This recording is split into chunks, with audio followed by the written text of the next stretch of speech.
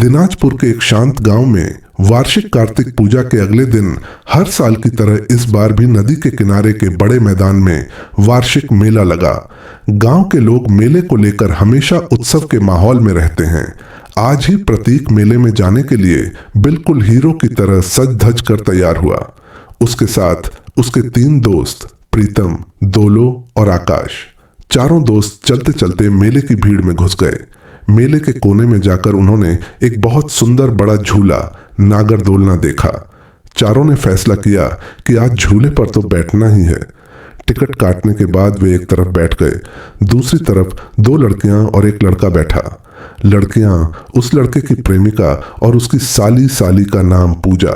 झूला घूमना शुरू होते ही पूजा आकर ठीक प्रतीक के सामने वाली सीट पर बैठ गई। पैर से पैर छूते ही प्रतीक थोड़ा शर्मा गया। अचानक पूजा हंसकर बोली, प्रतीक, तुम्हारी आंखें बहुत सुंदर हैं। प्रतीक ने अनसुना करने का ढोंग किया। क्या कहा? फिर से बोलो। पूजा फिर बोली, तुम्हारी आंखें बहुत सुंदर हैं। प्रतीक ने शर्मीली सी मुस्कान दी। झूला घूमने के पूरे समय दोनों के बीच बातें होती रहीं। नीचे उतरने के समय पूजा की दोस्त ने प्रतीक से कहा, प्रतीक, मेरी सहेली को नीचे उतारने में मदद करो। प्रतीक ने हाथ बढ़ाकर पूजा को झूले से उतारा। उतरने के बाद प्रतीक बोला, पता नहीं हमारी फिर मुलाकात होगी या नहीं, अपना नंबर दोगी? पूजा ने कहा कि वह सिम इस्तेमाल नहीं करती, सिर्फ फेसबुक चलाती है। उसने अपनी आईडी का नाम बताया। बाद में प्रतीक ने बहुत खोजा, लेकिन वह आईडी नहीं मिली। उसका मन खराब हो गया। अगले दिन अचानक पूजा ने ही इनबॉक्स में मैसेज किया।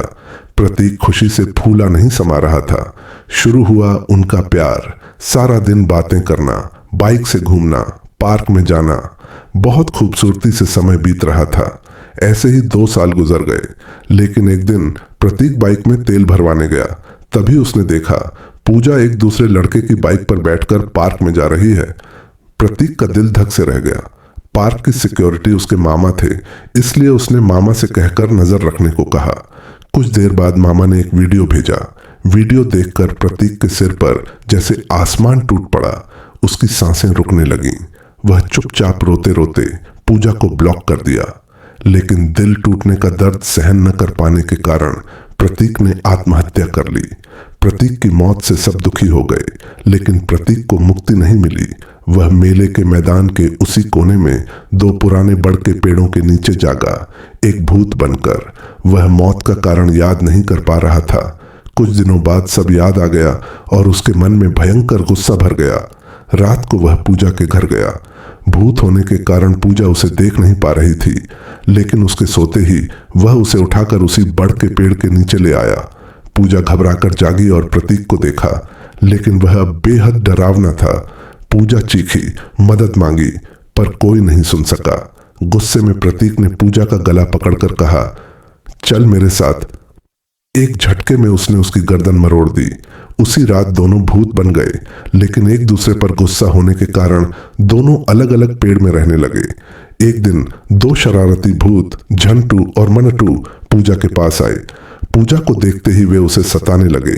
तब प्रतीक का मन पिघल गया। वह लौट आया और झंटू मनटू को मारकर भगा दिया। तब पूजा ने सारी सच्चाई बताई। जिस लड़के के साथ तुमने मुझे देखा था वह मेरा ममेरा भाई था। तुमने गलत समझा था प्रतीक। प्रतीक बेबस होकर समझ गया। एक छोटी सी गलतफहमी और गुस्से में लिया गया एक फैसला दोनों की पूरी जिंदगी बर्बाद कर दिया। सीखने वाली बात, दोस्तों, कभी भी गुस्से में फैसला मत लो। एक गलत फैसला पूरी जिंदगी खत्म कर सकता है। वीडियो अच्छा लगे तो चैनल को सब्सक्राइब करना मत भूलना।